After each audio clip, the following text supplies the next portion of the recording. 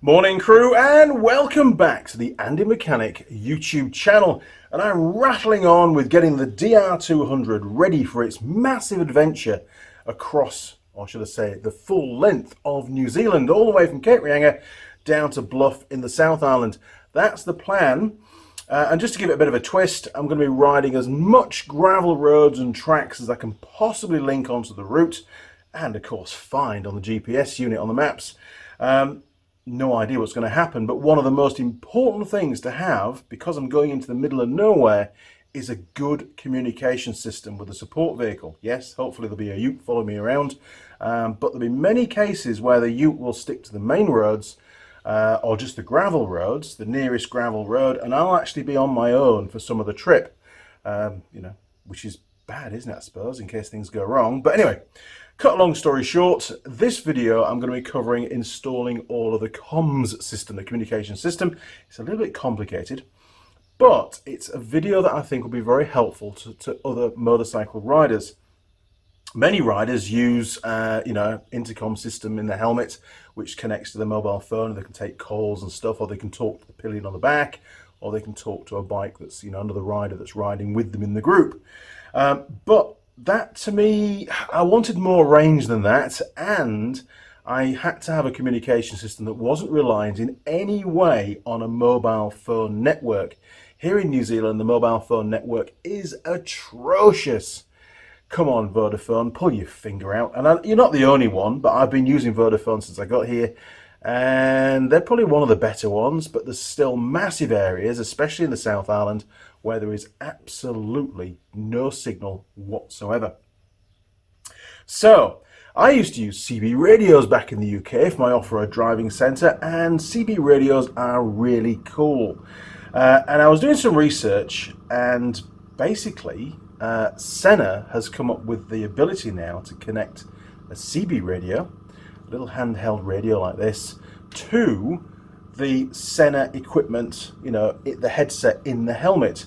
And to do that, they came up with a product called an SR-10. So the SR-10 is a receiver, because there's no wires between the helmet and the bike. The SR-10 receives the signal, where it transmits the audio for the speakers in your helmet, and it receives the microphone signal, and then it basically is linked to the handheld radio via a wire. There's a push-to-talk button on the handlebars, and then it converts it into a CB radio frequency, and it transmits it through the handheld radio, which means all of a sudden, as a motorcyclist, we can now use a CB radio as we're riding. So we can talk to anybody that's got a CB radio. It could be more than one person. It could be a trucker that you're overtaking. It could be, for emergency purposes, whatever. CB radios are really cool, to be honest. And it would certainly while away the time as you're riding across New Zealand to be able to, hey up good buddy, copy there. Any rozzers around? Well, I don't know what they call the police on there. What's the code for police? No idea. I used to know a lot of them, but anyway. So I don't know how this video is going to go. There's quite a bit of equipment to do, but we're going to go through it step by step. It's not over complicated if you take it step by step, and there's going to be some installation stuff on the bike, like power feeds and stuff that I may not cover in the video because that's pretty obvious stuff. You've got to provide power. One thing to note, and I do ramble on, one thing to note is, hang on, just grab one out of this box.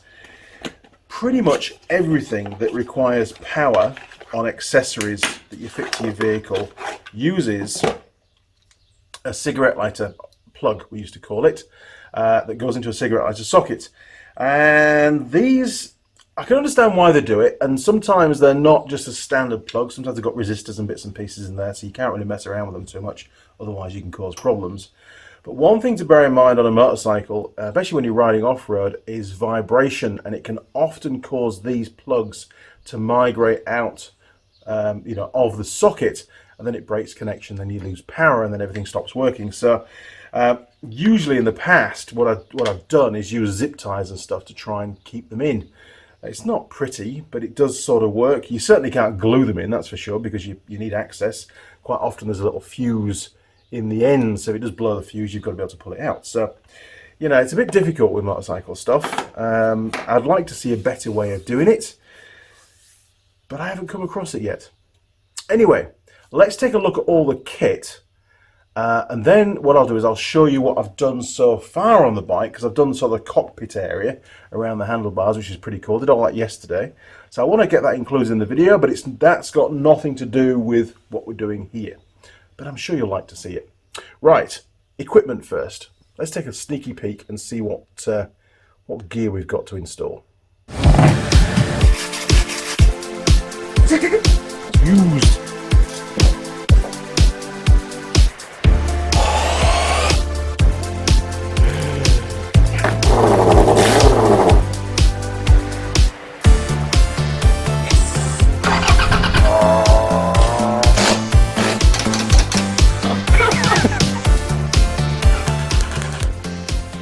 You don't paint something without working.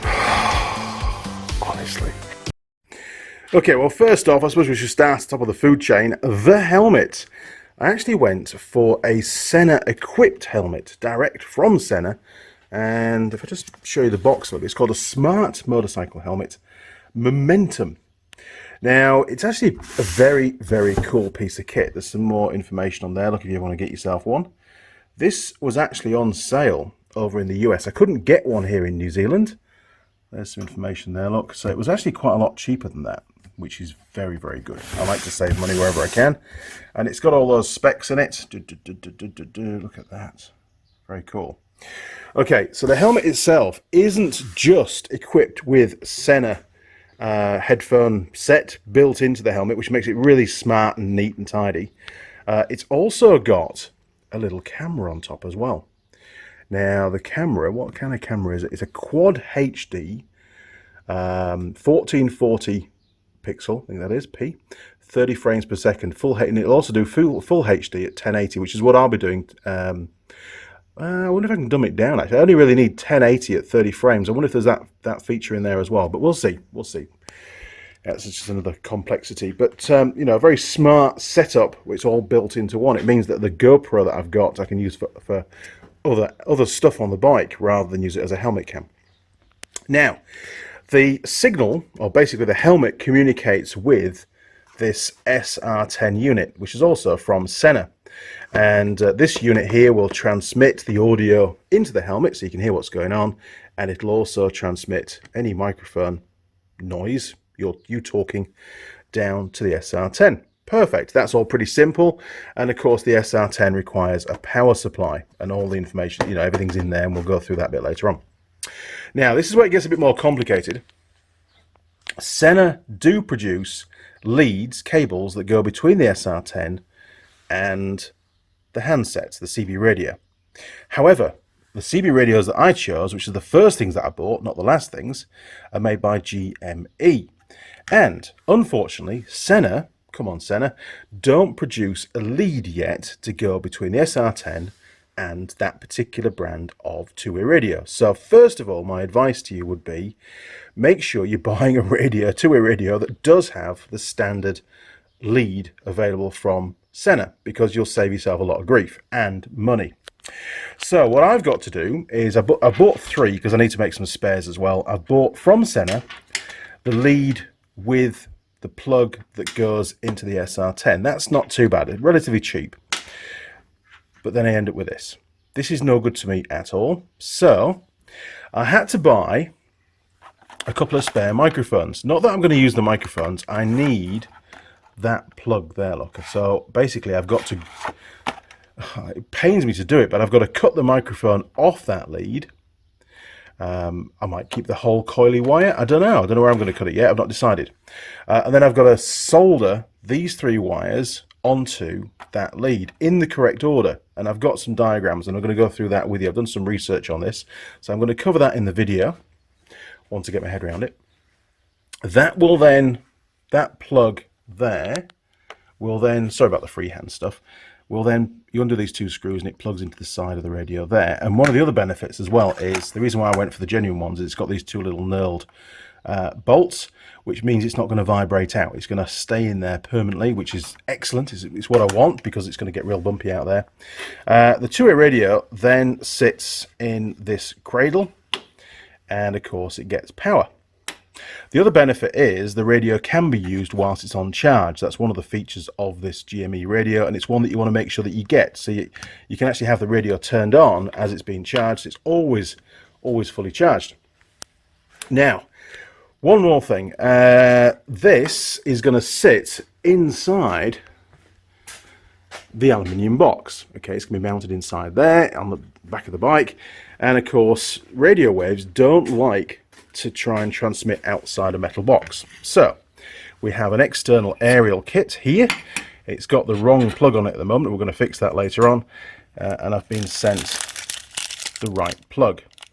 Tiny. Hopefully I can get that fitted all right. And then also, in addition to that, the little aerial on here isn't particularly good for long range.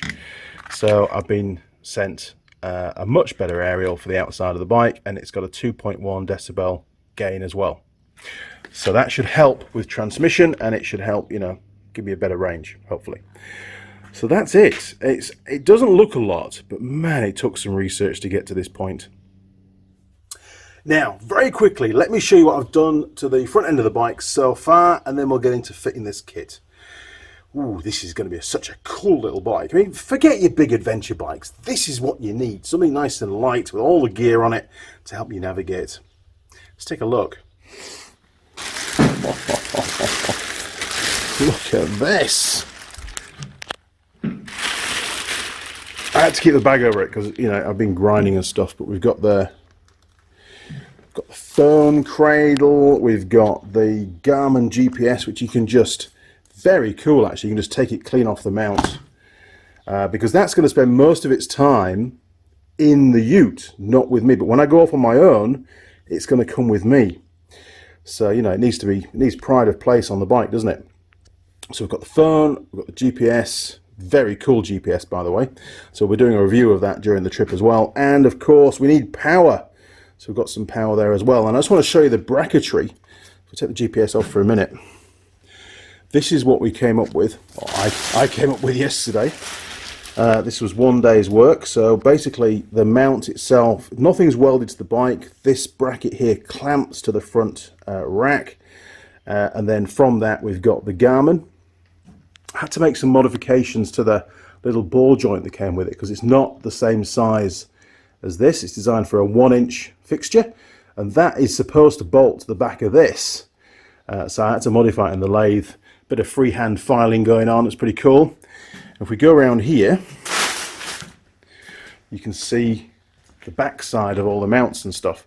So we've got the phone cradle. I could have done this a bit neater, but I wanted to keep that standard so I can actually reuse that on another bike at a later date. So that's why it's got all the threads still sticking out and stuff. So apologies for that. But I found by using the metal bar here, it was really easy to then rotate the brackets to the angle I wanted them. So yeah, I think it's come up pretty well actually. Very happy with that. And of course, you know, with these brackets here being separate and you can just unbolt them, then I can always make a different bracket for something else, you know, if things change in the future. I've also rerouted the, this is sort of temporary at the moment. I don't know where it's going to work. This is the front brake hose from the master cylinder. Normally it would run in front and it was going to get in the way of the GPS, and it's very annoying. So I just basically moved one of the brackets off the fork clamp. So this little bracket here should normally be right over here. So I've just mounted it off the headlight bolt just to realign it. So I think it should be okay. I might just put a bit of silicone spray on the cable to help it flow through these nylon bushes. But you know, I reckon it's going to work just fine. So I've sort of done the front end of the bike. Obviously this still needs power. I am going to take that plug off there. It's going to be hardwired to the bike via an on-off switch. And I'm going to keep the power supply plugged in. Basically, it's going to have permanent feed, so it can be left on, but with the ignition turned off. Now I know there's a risk of flattening the battery. Yes, I know that, but it means you can keep charging your phone and stuff. And the same goes with the Garmin. The power feed for the Garmin will be live all the time, but it will be through a switch, and the switch will be inside the top box, so I can turn it off at the end of the day. That's the plan.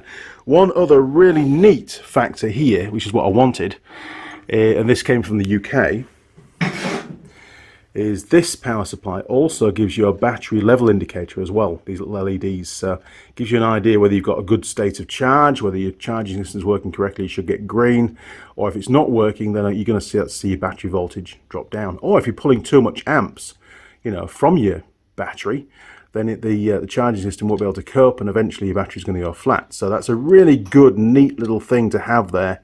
When I'm riding, I can monitor what's going on, and if need be, shut some systems down. Very cool. I do like that. It's always very difficult trying to get everything put onto your bike, and it's always last minute as well. I've tried to allow a week to get this done and to get the ute all kitted out, fit the roof tent, you know, all that kind of stuff. So I've got 1 week to do that. This week I was actually supposed to be on the trip already, but we've had to push it back to the 4th of January, and I'm really pleased that we have, because man, I'd never got all this done in time, and I would never have had the time to make some nice brackets like that as well. So, you know, planning, Andy, need more time. So where do we start? I've been having a little think, and I think we need to start at the end, at the aerial.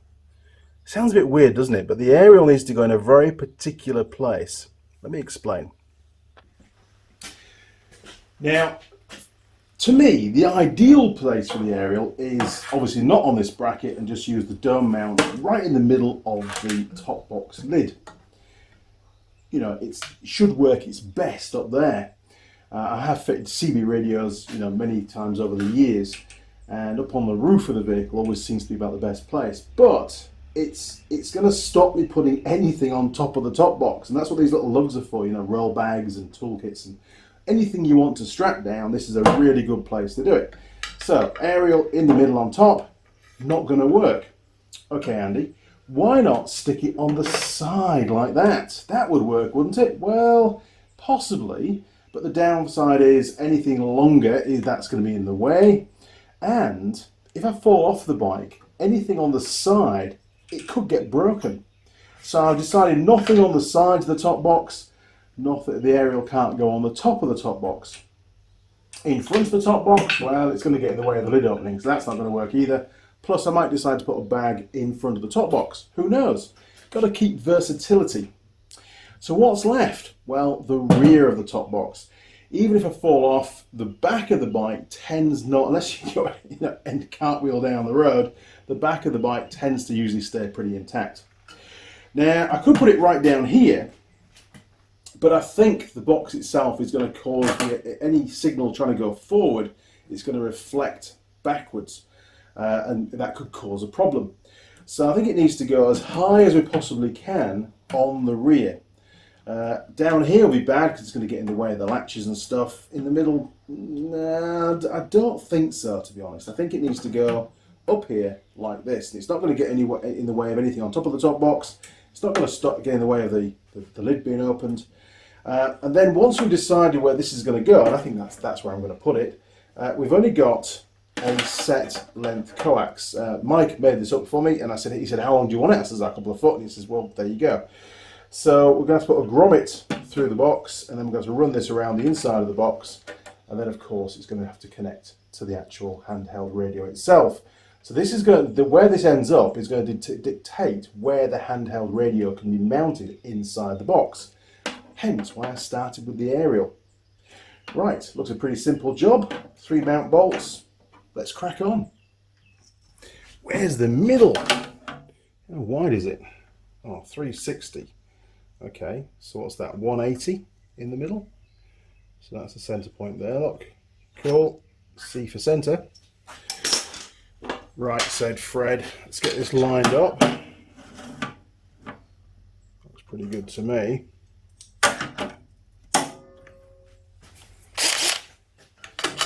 Don't drill the coax, Andy, that would be bad.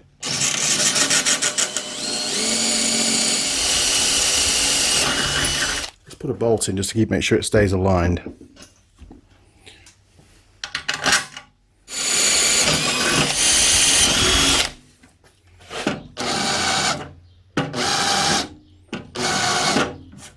It's getting quite dark in this workshop. We've got a few lights out at the moment.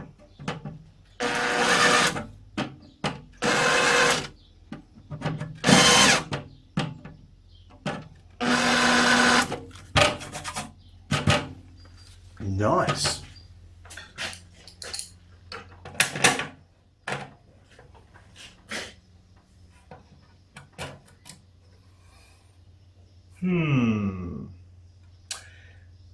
Yeah. Almost tempted to put the bolts the other way around actually and have, I can grind them off.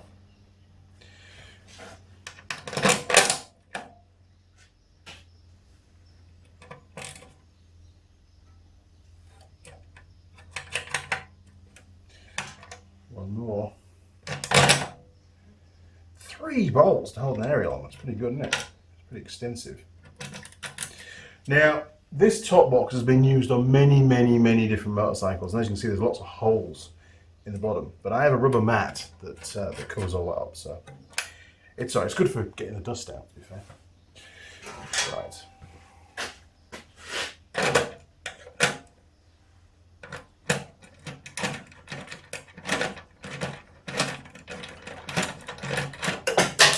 Oh, it's got to be an easier way than that.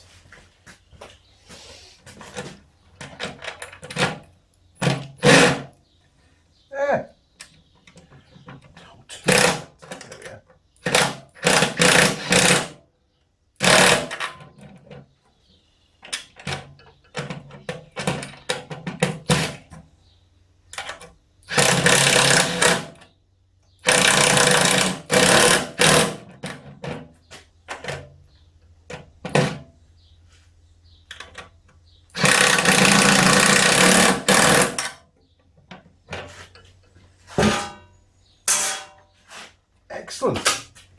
Right, now we need a hole for grommet. Been hunting around for a grommet. It's not going to be pretty. I don't have a nice assorted set of grommets, unfortunately. Now, when you're choosing to run a cable, I was always taught you should put a loop, because then the rainwater will run down here and it'll drip off the bottom and not go through the grommet. If you were to put the cable, let's say, straight in there, then of course any rainwater runs down the outside of the cable and goes potentially through the grommet and into your box.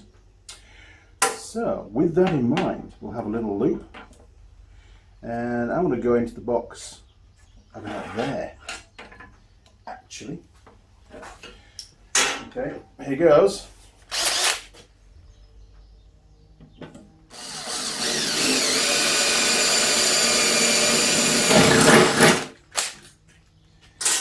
Now I measured the inside damage, well the damage to the grommet where it interfaces with the, that's a big word isn't it?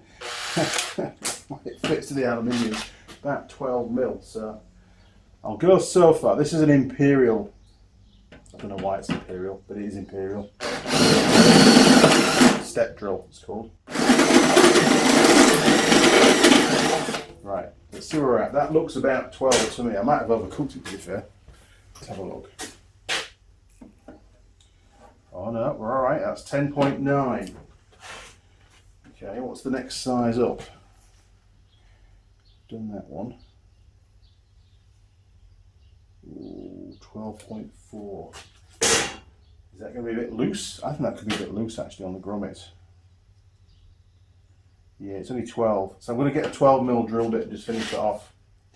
Actually, oh yeah. Luckily we stopped when we did. Right, we're going in. Proper drills always leave a neater finish anyway, don't they? There we go. Much better.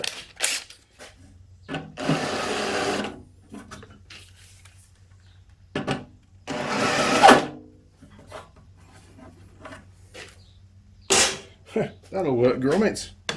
Silicon spray is always a really good spray to use when you're trying to seat grommets and stuff. You want them to, you know, you don't want to be fighting the grommet all day long, do you? I have no idea where this one came from. It's for something else. Oh look, it's got a tear in it. Let's put the tear on the inside. Second hand. I tend to keep all the stuff, you know, when I'm stripping things down, because it always comes in again, doesn't it? Is it because I'm tight? Just like to save money? I don't know. I hate throwing things away, I think, that have use. Go on, in you go. Right, it's in. That'll work. Yeah. It's not over tight. If anything, it's a little bit loose, but it'll work. Right, I'll stick that through there, and then what I'll do is I'll just gum that up with some silicone before the trip, when everything's done and proper. Okay, right. I reckon it's time to mount the handheld radio now. Now, the little radio mounts in this cradle. Now, of course, been on a motorcycle, that's probably going to bounce out at some point. It's got a pretty good latch on it, but I need to allow some additional room at the top to put some kind of bungee cord or something on it, because it is going to jump out, and guarantee it. We can get rid of the original aerial. We don't need that because we're not using that. And if we just drop that down there, I think somewhere, I don't want it too low because I might need to change channel or something on it, and you've got to open the box to do that. Potentially, I wonder if I could even mount it at a slight angle. Then you can see the screen better, can't you? That would be a bit posh, would that? I wonder. Yeah. Maybe a little bespoke bracket to hold that on.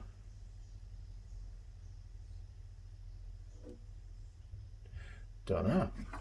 What do you think? Is it worth spending the time doing it? It'll take up more room in the box though, won't it? And I suppose I can always just unplug it from the cradle and change channel and plug it back in. So that, hey, let's keep space to a minimum, let's keep weight down as well. So I think somewhere around up there, is the cable going to reach? I don't know. So have a look. I'll take that out of there. Right, so we're going to sit him around about there, a bit higher up. Is the cable going to reach? Oh man, it's going to be really tight. I don't like that. We're going to gain a little bit out of the back. But I want to run the cable around the side, keep it all nice and neat. Okay, it's going to need to go really as far over this way as we can, but don't forget we've got the wire, the connector coming from the SR-10 on the side, so we need a bit of room for that. But again, we can take it out, plug it in, put it back in the cradle. So probably about there. Is that going to work with the coax? God, he just... Okay, right, we have a plan. The plan is we need to mount this. There's two holes there, look, for mounting purposes at the front of the box. I need to remove that bolt. This is an old, these two bolts actually from an old CB radio that was in here. Haven't times changed? Look at the size of the bracket on that. This little thing. Very cool. So how far apart are these holes? Well, if we put that on the edge there and then go to the edge of the corresponding edge on the other hole, it'll give us a more accurate reading. Oh, I would go at 23. Somebody would have made it 22.9. 23 millimeters gap between those two holes. And it's bloody American, isn't it? So maybe it's not even millimeters. Oh God, honestly, maybe it is slightly smaller. Yeah, I would say it's about there actually. 22 and a half. Looks good to me. Okay, 22.5 mil between the holes and about 20 millimeters down from that existing hole. Make sense? Right, said Fred. We said about 20 mil below that one, didn't we? So let's say somewhere around about there will work fine. Now, let's just mark that across. Not the world's most accurate way of doing it, but I think it'll do the trick. Yes, I don't mind marking the outside with a pen. I can clean it off later on. Okay, so where was it going to sit? Well, our only concern was the clearance here for that plug. So maybe we should go and measure how wide that plug is first. That'd be a good idea, wouldn't it? Right, said Fred. So we need a clearance of, don't need to take it in and out with the thing in situ, we just need the clearance. So when that's screwed in, if we go from there, it'll just be on the safe side. Let's go for 20 millimeters. All right, 20 mil from the edge of the radio to the side of the top box. Woohoo! Right, next measurement, we need to know, if we plug the radio back in, the distance from the side of the radio here where that plug goes on to the center line of that first hole. Now we know that the gap between the holes is 22.5 mil, but we need to know what this distance is here from the side of the radio. So if we use a ruler just to give us a guide, so run that up there, and then with our verniers, I'm just going to sight this, so just bear with me. This is not the world's most accurate way of doing it, but it's good enough for this particular application. Right, we're looking about 17 point something, so we'll make it 18 millimeters. 18 plus the 20 before, 38 mil. Easy. 38 mil. However, our datum is on the outside of the box, not the inside, so we'll allow another couple of mil for the thickness of the aluminum. So 40 millimeters in from the edge of the box, and that will give us that line there. Now plus 22.5 is 62.5, so 1, 2.5. I reckon we're about there, maybe a fraction less actually. Mr. Young, your eyesight's terrible. Yeah, that'll work. Where's my centre punch?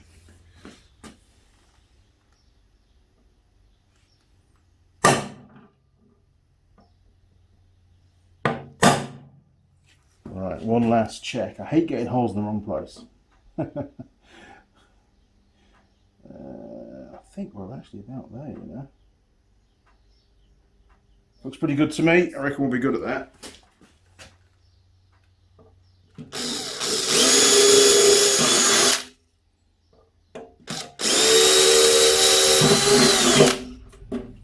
Excellent.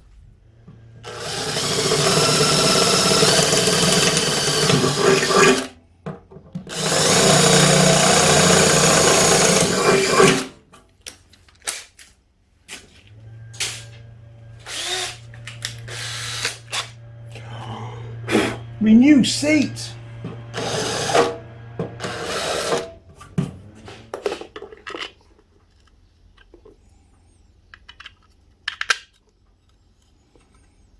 Nice.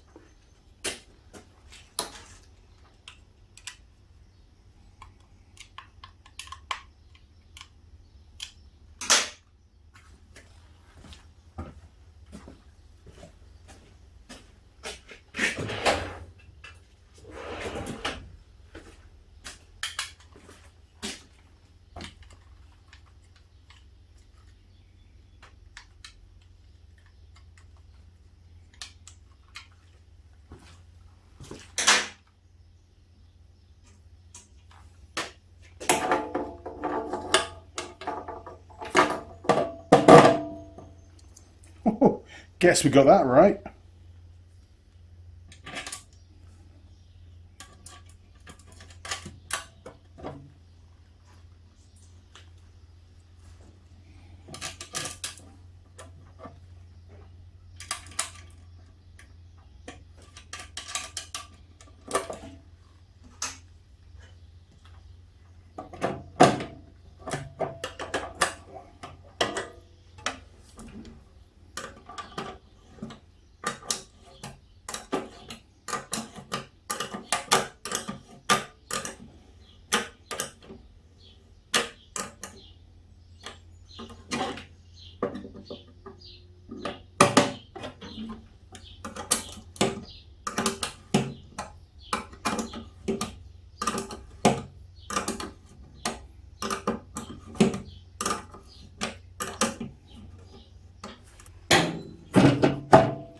Nice. Now coax round the side, and onto the rig. That's got to be so tight. Okay, well the next job is for me to change the connector on the end of this coax. Me and small connectors, we don't get on together at all. And looking at that one, it's even smaller. So I'm going to do that off camera. If you want to watch how to fit different connectors, I'm sure there's plenty of YouTube channels out there that'll do that. I am by no means a professional and will probably get it wrong. I then need to get Mike to make me up a new lead again, like immediately, because the bike trip's only like a week away. Okay, so what's next? Well, we need to install the SR-10, don't we? So let's go and see how that's mounted. Oh, before I forget, that's the part number for that external UHF aerial that we're using, that one with a bit more gain. So that's the one we're going to use, and that's the old one, and that's the part number of this one. Clear enough? Excellent. Because I sometimes forget that kind of stuff. So, and I've not put the aerial on yet because I don't want to break it. Okay, SR-10 in the box. There's so much stuff kicking around, it's unbelievable.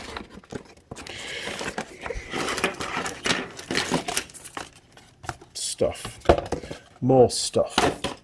Okay, SR-10, a reasonably large unit. I mean, my hands are not small, and you know, it's the full width of my palm. Okay, it mounts with some bolt holes. That's going to require some accurate drilling, isn't it? Oh dear.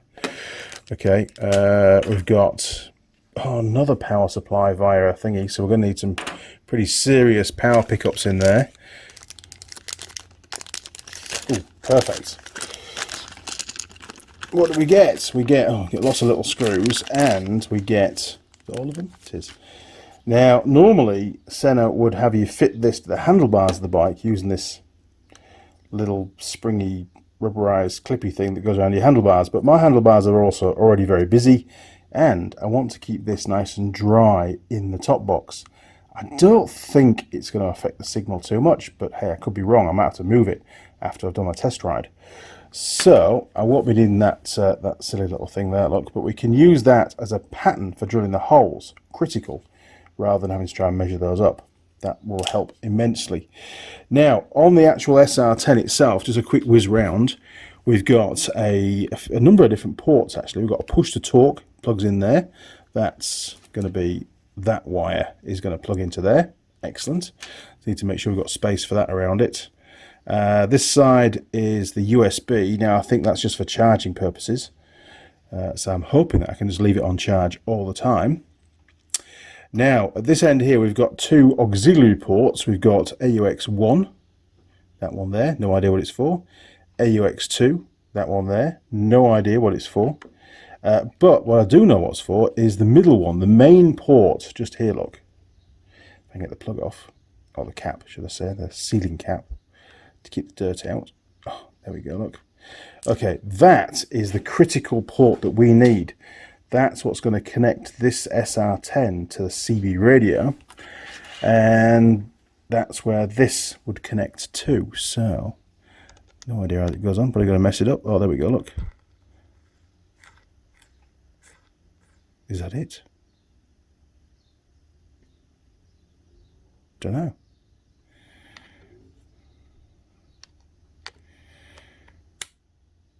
Oh, that's posh.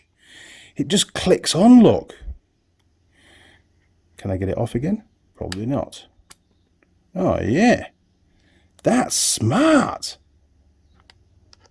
Probably going to break it now. How does it know to be in the right place? Ah, because it's got a little datum, look.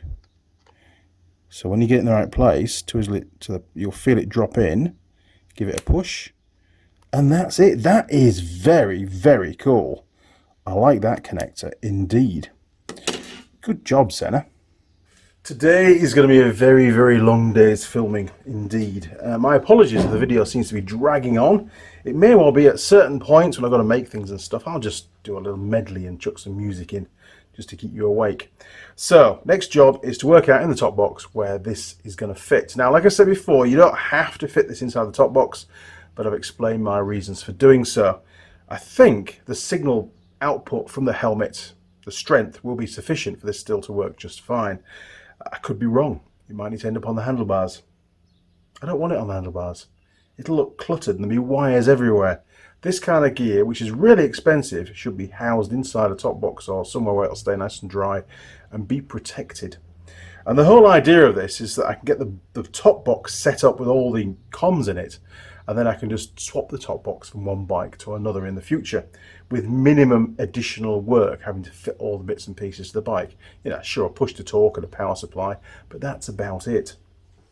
Okay, now it's going to need to go in this orientation because the on-off button's at the top. You know, that's obviously critical. So it doesn't want to be too far away from the radio. I'll get rid of that bolt because it's in the way, but I reckon somewhere about there. We've obviously got leads coming out. That one is the USB, and that one's push to talk. So we need to allow enough room for the cables to come out and not be cramped up against the radio, because that's going to be a pain. So the only other thing I've got to put around here is a power supply and a couple of switches for the power to the front of the bike. So I think probably, if we get rid of that bolt, probably somewhere about there. So maybe directly underneath that rivet as a centre line should work just fine, I think. Excellent. Back on the tools. Right, said Fred. It's amazing when you're filming stuff how you come up with better ways of mounting your camera and things. Okay, so that way around, I want to keep it below that aluminium lip so it sits flush. Otherwise, it's going to sit, you know, it's not going to sit snug. So probably just around about there somewhere actually. So if we measure down from that little rib coming down, it'll give us a distance, and then we can mark up the 4 holes for the screws, and we can get those drilled. Oakley dokley. Right, so distance wise, we just put that ruler across the centre line, and then we'll measure up the top. Okay, well if we go for 40 millimeters from the top, that's going to give us about 1 mil clearance for that little loop on the on that lip on the top box. Okay, so 40 mil down from the lip, and then we can clag on that other piece and mark everything out. Easy. Oh, where is that other piece anyway? This bit. This is what we need, so we can probably take the bit off actually. Oh, look at that. Cool. So that's going to give us the a template basically for these 4 holes, which means I can drill them in the right place, which is going to be probably the first. I hate working in confined spaces, to be honest. Right, I've set the verniers to 40 mil. Feel free to tell me off in the comments, but this is just the way I do it. There we go. We've got a nice neat line, 40 mil down. All right, what I suggest we do is we drill 1 hole, and then we put a bolt through, and then we align everything, and then we can tighten the bolt up, and that'll hold this into place, because I can't put a clamp on because it's got a lid in the way. And then we can drill the other 3. We can do it from the outside actually, not the inside, which would be even easier. Okay, right, an approximate hole positioning required. I need to measure the distance and put a centre line down there. Okay, approximate, it says. Nothing's ever approximate in the Andy Mechanic workshop. Okay, so we were going to do centre line to the rivet, weren't we? Now does that look about square? Where's my square? There's my square.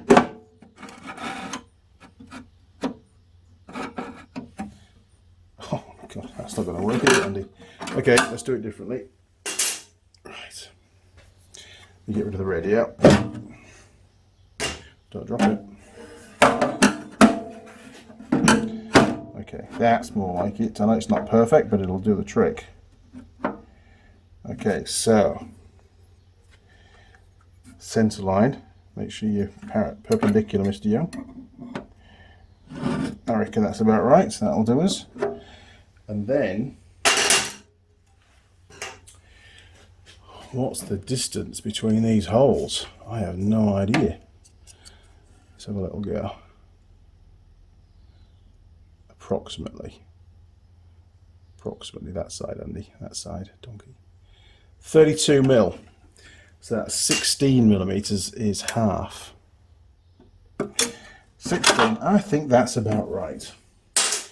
According to my eyesight, anyway.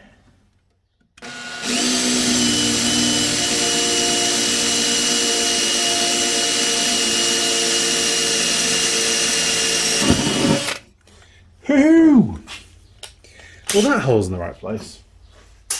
That's a bonus. Right, it's deburr. Always deburr. Just happen to have a bolt exactly the right size, 3 mil diameter, only 3 probably. Dum, dum, dum, dum. These are about as small as I use, to be perfectly honest. Luckily I had one, really. Ah, not that one. This one. Right, let's get it lined up. It's got to be level, hasn't it? Right.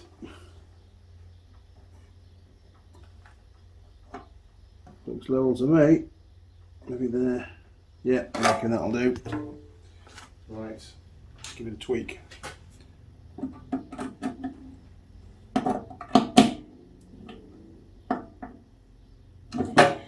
we go.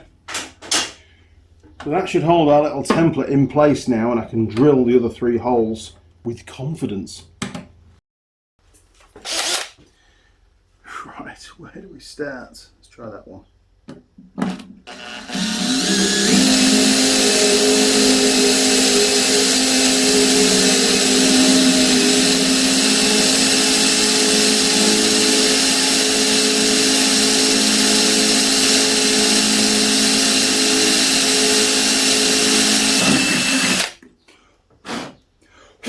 Your seat. Right, 2 more to go. Woohoo. Concentrate, Andy. Don't mess it up.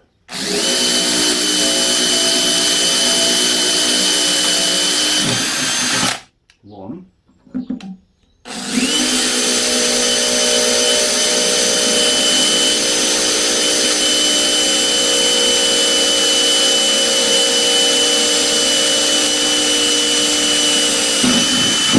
2. Excellent.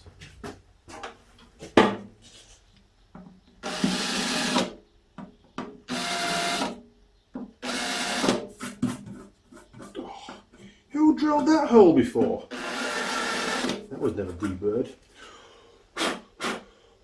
My seat. Right, let's get it bolted in. It's not the easiest task, these little tiny screws, but anyway. That's 1. And yeah, we've got enough, so I think we're all good there on the thread length. Now, when this is finally screwed in proper, I'm going to put some thread lock, just a dab of thread lock on these, because again, vibration is just everywhere on this bike. Oh, look at that, everything lines up brilliantly. You're very precariously perched on the seat on the bike at the moment. I just wanted to show you the fact that everything lines up brilliantly, which is most rare. I was considering doing them 3.5mm holes to give us a little bit of wiggle room, but as it turns out, absolutely no need whatsoever. They all line up perfectly. So thanks, Sena, for sending me a template. There we go. Doesn't need to be tight. There we go. Yeah, that's a bit of a bugger. That I'll have to come up with a bit of a plan on how to fix that. It's probably, it might even be well, I could use a large rivet, but it'll look a bit crap. So maybe I'm going to have to make a little plate up. I don't know. That's going to cover the whole thing. I'll work something out. Whew. You know, we've done all right so far. This probably is about a 3-hour-long video already, but I'm gonna. If I haven't shown something in the video, you know, it's not my fault. It's because I've edited it out of the video. I've actually filmed absolutely everything pretty much. So we've fitted the radio, the 2-way radio cradle. Radio fits nicely. We've fitted the SR-10 unit, and of course the aerial and aerial brackets all in place as well. Well, I lie, actually. The aerial's here on the bench, but the bracket and the dome mount and stuff's all on the bike. So the next thing to do is to install the power supply. Similar to what's on the front of the bike, you know, the 3 sockets for the cigarette lighter plugs. Bottom line is, I have to find another one, and I don't know if I have one here or not. It's going to require some searching. I don't know where it could be. I have a hunch I have another one, but I don't know. I might have to go shopping. Spend money. It's bad. So, I'm going to have a coffee, have a cigarette, have a think, and I'll be back very shortly and we'll carry on. See you in a, well, coffee done, cigarette had, and well, I found about a week old pizza in the fridge, so I've eaten that. Feel fine for now. Over the moon, I have been digging around the workshop, and purely by chance, I managed to come across, it was in completely the wrong place where I thought it was going to be. I've come across another one of those cigarette lighter sort of 3-gang sockety things, and it's telling me that my battery is well, it's mid, which is needs to go on charge, doesn't it? This is a spare battery, by the way. It's not the one off the bike. So that's how it works. Anyway, the LEDs, they are very, very cool. So we've now got this one that we can fit inside the box, and it's going to give me power for the CB radio, power for the SR-10, and a spare one so I can charge up a phone or a power brick or anything else while I'm on the move. Very cool. So let's get to it and get this fitted in the box. Now, for mounting purposes, I'm just going to mount this the way that the manufacturer Ring intended, which is to use these two little outriggers that come out. On the front one, I considered that these weren't really strong enough, and I actually took the whole thing apart and made a steel plate that bolted to it properly. But I think in the top box, it'll be just fine. Come on, mister, you can do it. Oh, there we are, look. Right, so we need to take a measurement across those with my enormous 60cm ruler, so approximately 135 apart. Right, we need 2 holes in the box, 135 apart.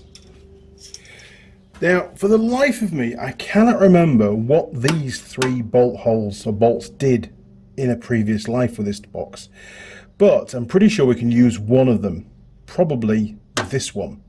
So I'll remove all 3 for now, and then we'll have a little measure up. I have measured, this is only about 100mm across, and it's just, that one is just too far in to use. So I've got more holes to fill, but we'll get them whipped out, and then we'll see where we go from there.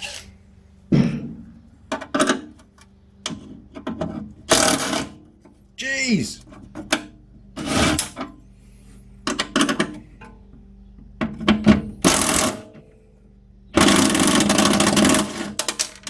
They've been in there for probably about 15 years, I would say. Oh. Ah, my seat. Right, so get rid of all those bits, don't need those anymore. Probably reuse the bolts at some point. Okay, because we're going to reuse that hole, it's going to dictate the height, but I think we're going to be okay at that. There's still plenty of room above it, you know, because the lid's got about 40mm recess in it for the actual plugs. And maybe with a bit of foam on the inside of the lid, it would be enough to hold those in place. That might be a really easy way of preventing them from rattling out. And I just thought of that. Very cool. Okay, so we need to mark. Oh, it's going to be close, isn't it? I tell you what, why don't we use, I wonder if we can use that other one actually. Jeez, play ball, matey. If we go for that, whoa, it's going to be tight. I reckon we probably just about do it. So we use that one and go, no, that'll work. That'll work, and then we can have the switches along the side here. Okay, right, I need to measure out where that hole's going to be and get that drilled. Another hole! What the hell? Why work on the inside when you can work on the outside? That's what I like to say. Okay, so I want to extend. Oh, who drilled these holes? Alright, well that looks about level to me, so I just need to extend that across. I know, it's a line on the outside. It doesn't matter, I'm going to crash the bike at some point. Right, 1, 3, 5. Is that funny? Oh, no, it's not long enough.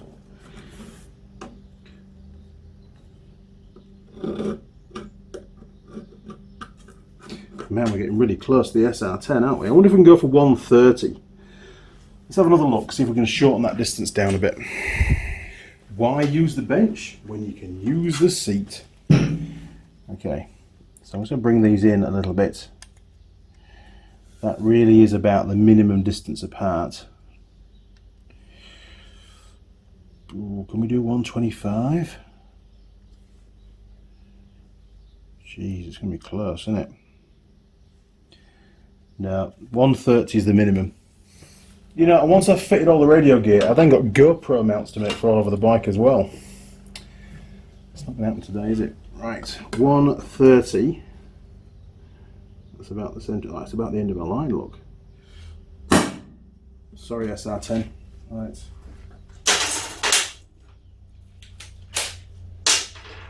Should really have taken it off again for that.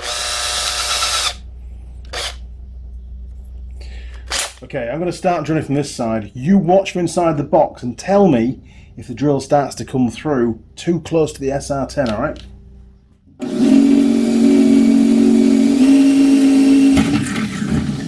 Are we alright? Oh, that's pretty close. It's going to get even closer.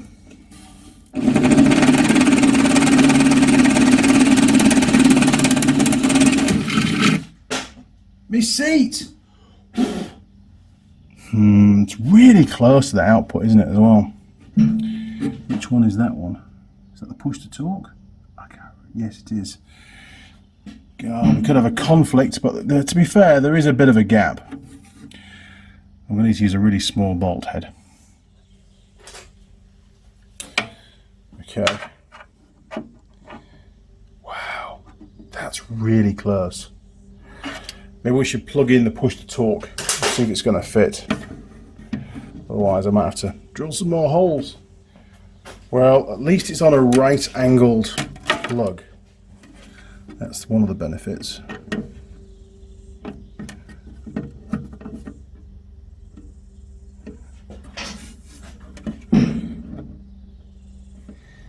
So when you put it in, you want to give it a wiggle.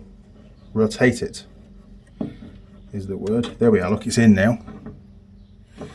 The springiness was created by the actual grey rubber. Right, that's in, and the rubber holds it in place. Perfect. Jeez, this is going to get tight. Okay, that can be out of the way, that's not a problem. Man, that's close. That's really close. Okay. Might need to put the bolt head on the inside of the box and the nut on the outside for this particular one. It's done some serious work already, this cigarette lighter socket thingy. Actually, having the bolts this way around is fine because it matches the radio one that we fitted. Only just required some additional force. Okay, we'll get those tightened up and then we're good.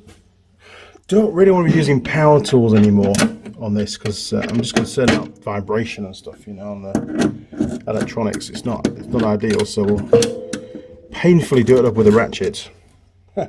Once the ratchet's the right way around.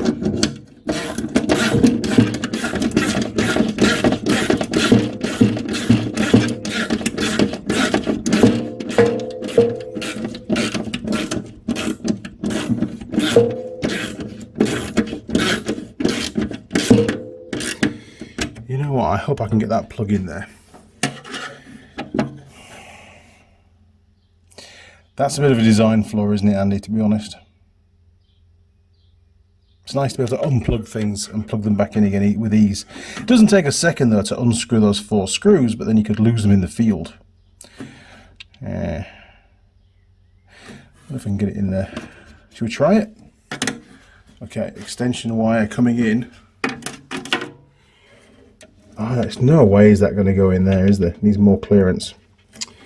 Bugger.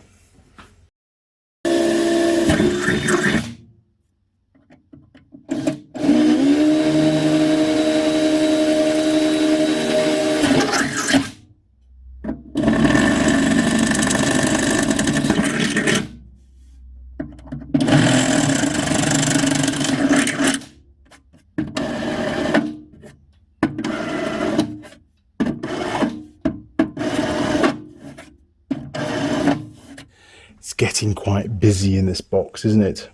There's still more stuff to put in. I need some switches. Let's go and find some switches. Now, I did come across this, which is extremely good, and it's completely waterproof. Not that I need it to be waterproof at all. I'm just going to extract some of the switches out of it, to be honest. I don't need the whole housing.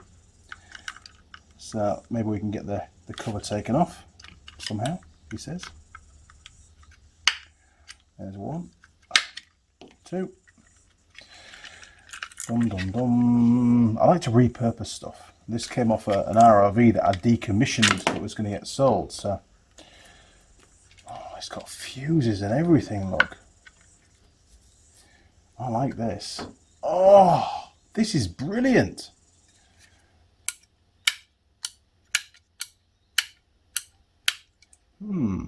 Couple of spare switches wouldn't go amiss, would they, really? we can call one instrument light, cabin lights, and searchlight. Wow, maybe I could just use this. Just mount it on the inside of the box and not the outside. I like the fact it's got the inline fuses. That's very cool. I wonder if it still works. And everything's, oh, it's hopping, it's unplugged. I have no idea where anything goes.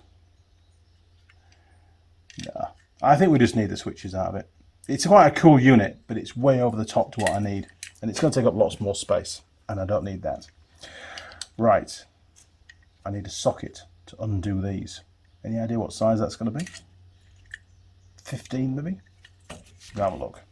I do like it. I like it a lot, but I just don't need this kind of complexity. And given the fact it's got a circuit board as well, it might fail, and then we're going to have problems. I like wiring that I can fix in the middle of nowhere that isn't over complicated. Right, that's good. I like that.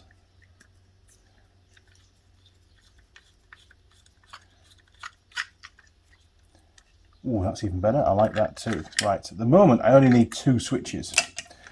So all of that is spare. That can be used another day. So, very simple little toggle switch, on and off. No idea which is on. Should we work it out? Yes, we're going to work it out. I think that'll be off and that'll be on, but we'll double check. Are you still awake? It's a long video. Okay. Continuity check. Right, so I reckon that's the off position. So we'll find out. It should be no beep. Ah, yes, no beep. On. Beep. Perfect. Right, check this one. Should be the same. So that should be on. Beep. Off. No beep. Cool.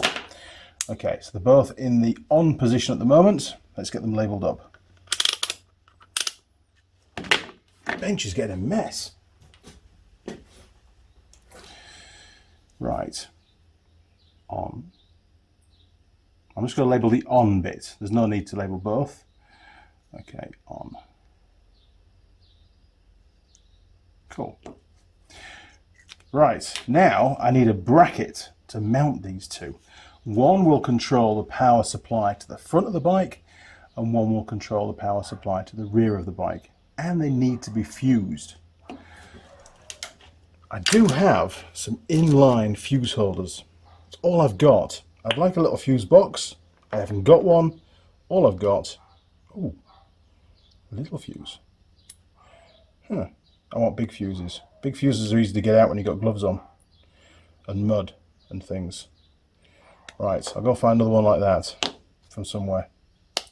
Right, time for a quick circuit diagram. This is how it should work. So we've got, if we do the battery in the middle, that's the bike's battery. We've got negative and positive, obviously 12 volts, approximately, slightly more when she's running, hopefully. And we're going to run a feed from here, from the battery positive, and well, actually 2 feeds, but we can split it further down if we want to. But now 2 feeds, and we want to get the fuses in there as soon as we can. So we'll draw the fuses like that, look. There you go, and both will be 10 amp. And they will then go, this is our top box. On the back of the bike, top box. And they're going to go in, we'll put the switches just for diagrammatical purposes on the top. So they're going to come down here and put a little step in it, there we are, look. And they're going to have the switch. Okay, and one of those is then going to go to the front of the bike together with a negative, and that's going to power the cigarette lighter socket assembly on the front of the bike, on the handlebars basically. And obviously from there it's just, you know, you just plug them in and away you go. Now for the rear, similar thing, we're going to come down here. Inside the box will be a second switch, and that will then go to the cigarette lighter socket assembly again, and we need another negative, so we'll bring that down here I'm going to take that up there, like that. So that's basically a very approximate and scruffy circuit diagram. Sure, I could have drawn it a lot better than that, but you get the idea. We've got a 3-gang cigarette lighter socket, or power socket, let's call it now, accessory socket at the front, and another one which is inside the top box. And the 2 switches are inside the top box. Perfect. Oh, and the fuses, the idea is to keep this distance of wiring as short as possible. So, do I put the fuses inside the top box or under the side panel?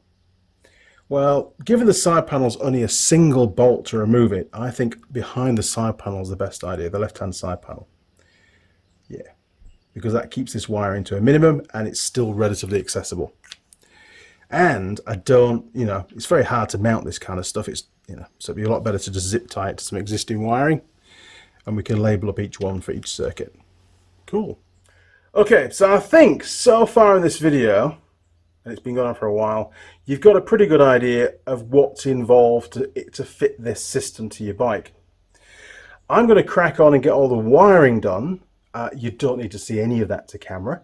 I think we might do this bit together, because that's quite interesting, doing the lead that goes between the SR-10 and the CB radio. So we can do that together a bit later on. I'll do that, after I've done the wiring on the bike, the power supply wiring. So I'm going to get on with that, and then I'll show you what I've done, well, in a few seconds.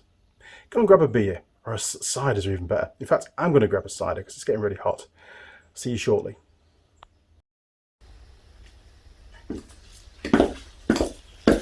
Now then, crew, Tall Girl Holly here. Don't miss the next live stream, 8:30 AM Sunday.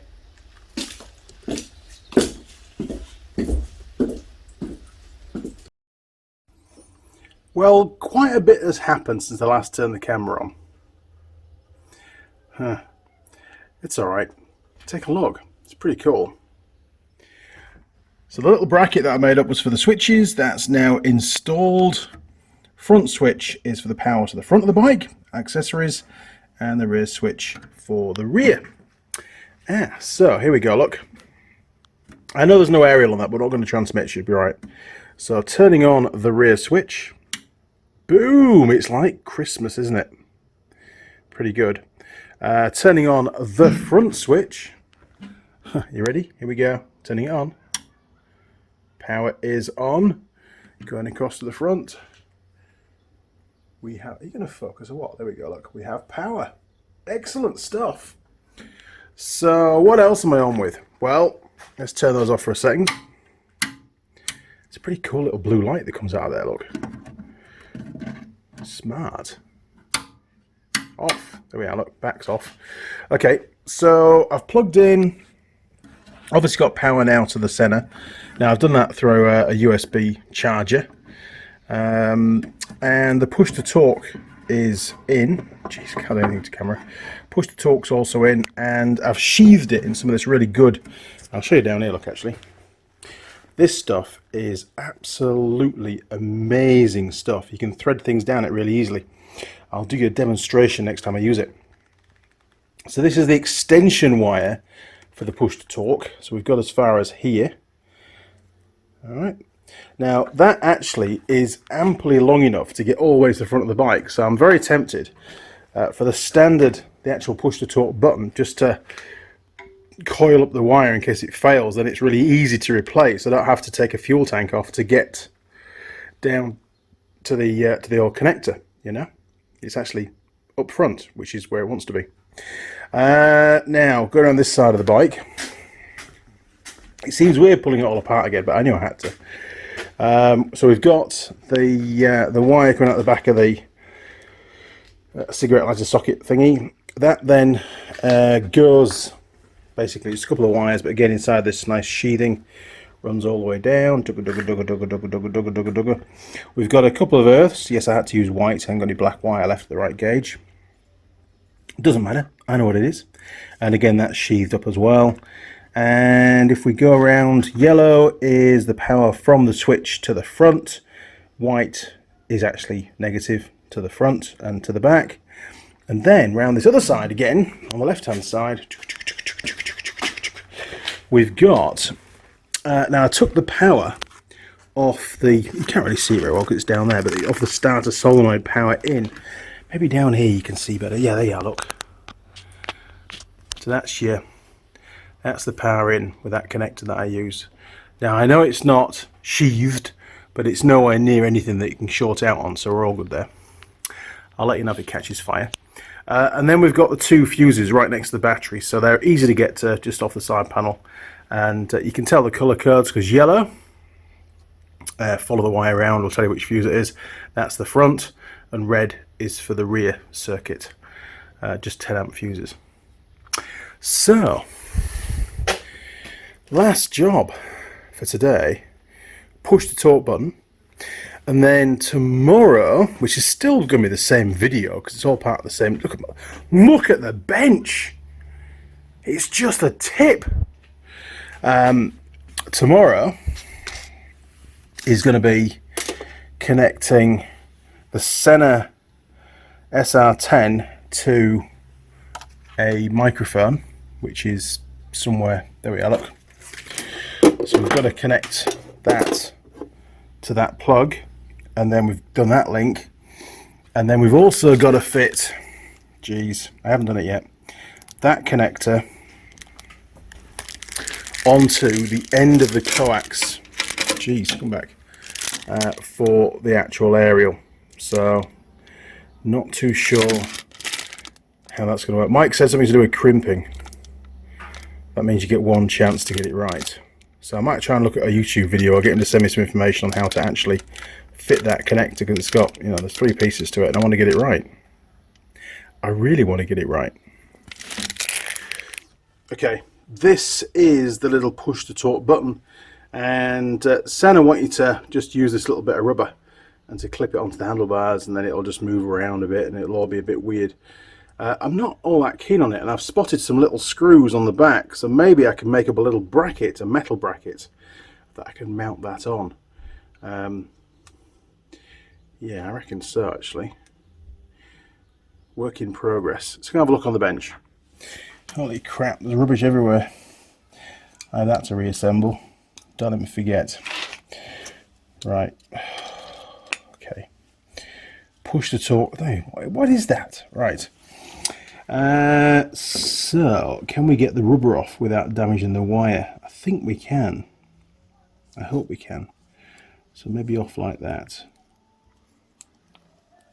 Oh, hang on. It seems to be... Oh, it's trapped in between. Oh, that's annoying. What kind of screws are those? They're little starry things by the looks of it. I really would prefer that on a metal bracket rather than a... It's just going to run. As soon as it gets wet, it's going to slide around. It's going to be an absolute ball ache. Other than that, it seems a pretty good little switch. Alright, well, let's take it apart. What the hell? I've got a spare one. Here you go. Before we pull that apart, this is that stuff. It's a little bit of a cut off. And if you're trying to thread something through that's really big, bigger than sort of the normal at-rest diameter of this stuff, I'm just looking around to see what we've got, actually. See if there's a... Yeah, there we go. That'll do. Okay, so you've got a great big plug like this, right? And you want to run, you know, you've already fitted the plug and you've got, oh, sheathing, what do I do next? So what you can do, hopefully it'll work with this short piece, this is going to go in the bin anyway, is if you give it a push, you can see that the diameter grows, right? And then you can post your little thing in, and then basically, if we just bring it back here again, you hold this, you then do that, right? You see that? And it swells in size. You grab hold of your connector, and then that bit goes down there, and you just keep repeating that, and the connector makes its way all the way down the sheathing. It's absolutely, look at this, look at the size you can go to. It's absolutely incredible.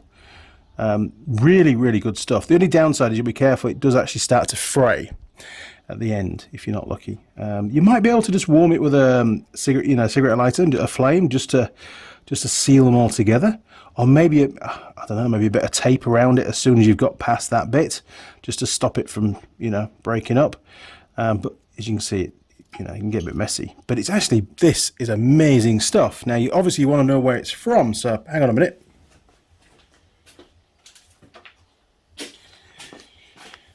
It's from, I mean, I'm sure you can get it from different places, but I got this one from RS Components here in New Zealand. Now, it says it's made in China, and in all honesty, I don't care, because it is really, really good, and it looks smart. It's not cheap, though, and that's one of the part numbers. So if you go onto RS Components website, you'll be able to look at them all on there. It's unbelievably good stuff. Okay, right, we'll get rid of that, because we're not there yet with that one. Push to talk. Beep beep. Okay. When I installed a CB radio onto my motorcycle years and years and years and years and years ago, so there was no SENA element, it was just CB. I pulled a microphone apart and, you know, put some little headphone things in the helmet and things. And I actually just used a toggle switch between the horn button doing the horn and the horn button being a push to talk. It was actually really quite cool, the way that I did it. And I was only 17. Yes, I used to do amazing things. Got old now. Right, there we go. Okay, so now we've split that. I'm hoping we can get that rubber out. Or is it going to go right around the switch? I don't know. Obviously taking the screws out should do something. See if we can peel that back. I don't want to break it, obviously, because, you know, I've only got one spare, but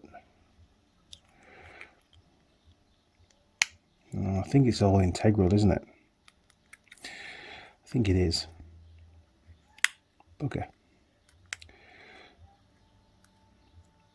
Don't want to break it. It looks like it's just a little circuit board inside. I got a glimpse of it.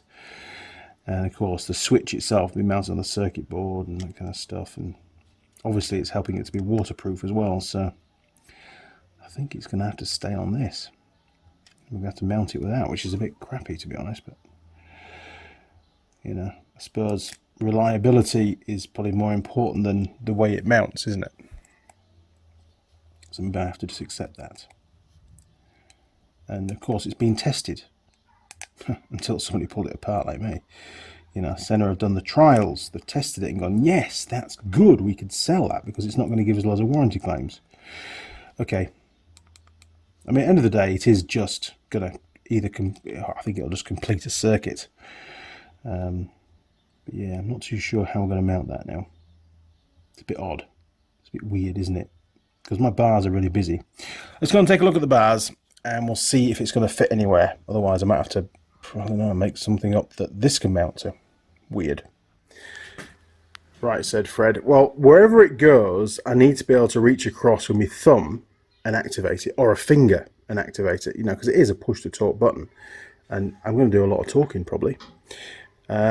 So if it was to go over here, terrible cam work, Andy.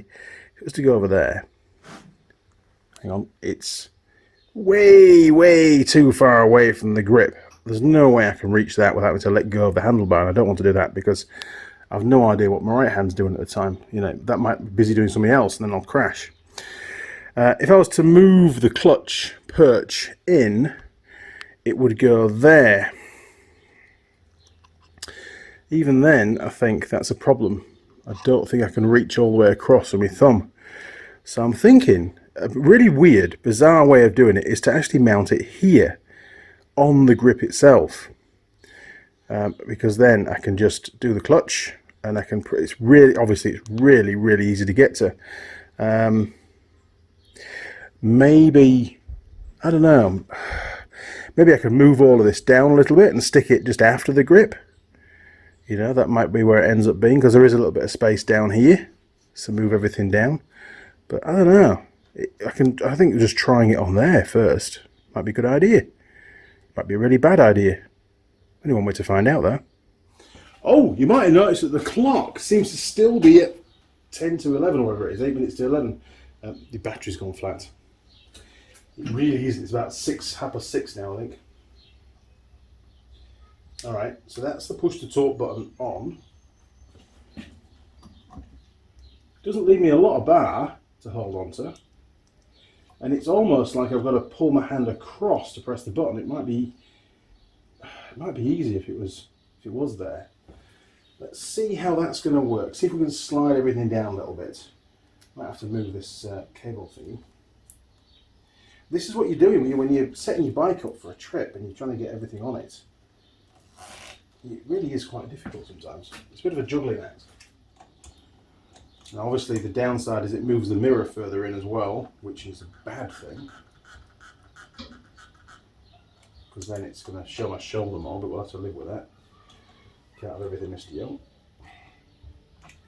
Right, that's moved down quite happily. That's going to go down next. Should really remember that, shouldn't I, from fitting it about 5 different times.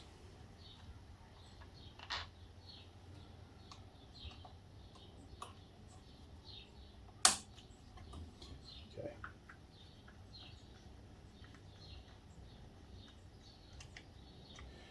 Might have to drill a little hole in the bars. Don't tell the warrant guy because they get really upset. Really, really upset. Steering modification, fail. Yeah, right, mate. Just relax. Ah, yes. I actually put a little screw in there because the peg had broken off. Okay, so I might need to move that down, but let's just see how it feels before we commit ourselves too much. Well, first of all, it doesn't fit very well. It's sliding around a lot, so I need to put something else on there to bolster it up. But it gives me full grip. Yeah, full grip for the clutch and actually holding on. And that's really nice. I like that. That's in the right place. So let me move that down again. Just let it slew around so I can get a drill in there. And maybe I can just measure the extra width of this and then drill a hole that distance further down. That'll work. Weaker handlebars, doesn't matter. Right, how wide is this thing? Honestly, when your workshop's so messy you can't find anything, it's so annoying. Right, 0, really 0.01, it's alright. So that takes up basically 23 mil. So I need to move the hole down the bars by 23 mil. That's easy enough. I've already marked it out. Hopefully it's in the right place.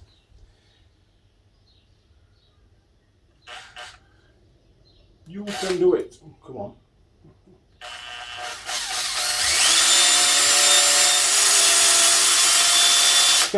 Lucky it's not a CB750 with wires down the middle. It would do that. Dumb idea. Please I went away with that. I went away from that idea. God, man. It took me ages to thread those wires back through that handlebars. Right, 5.5 mil is what it needs to be.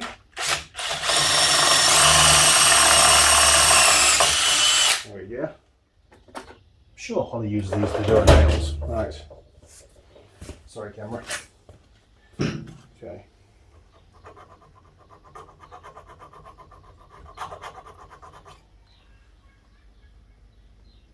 Looks pretty good.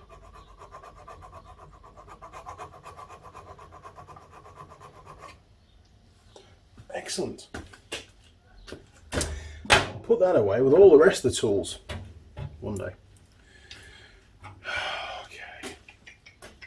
Right, so we need to relocate that into new hole. Well, that sits well. Cool. Right, so that needs to go on there. And get the bolts back in. We'll sort out where the clutch goes once this is in place, because everything sort of fits around this. This position of this is fixed by that bolt hole, he says. Whoo! I'm back! And yesterday I really had to have a massive tidy up in the workshop because I've made such a mess. Anyway, let me show you what I've done on the bike. I solved that push to torque mounting issue, and then we're going to crack on. Here we go. Right, push to torque button. Here we go, look.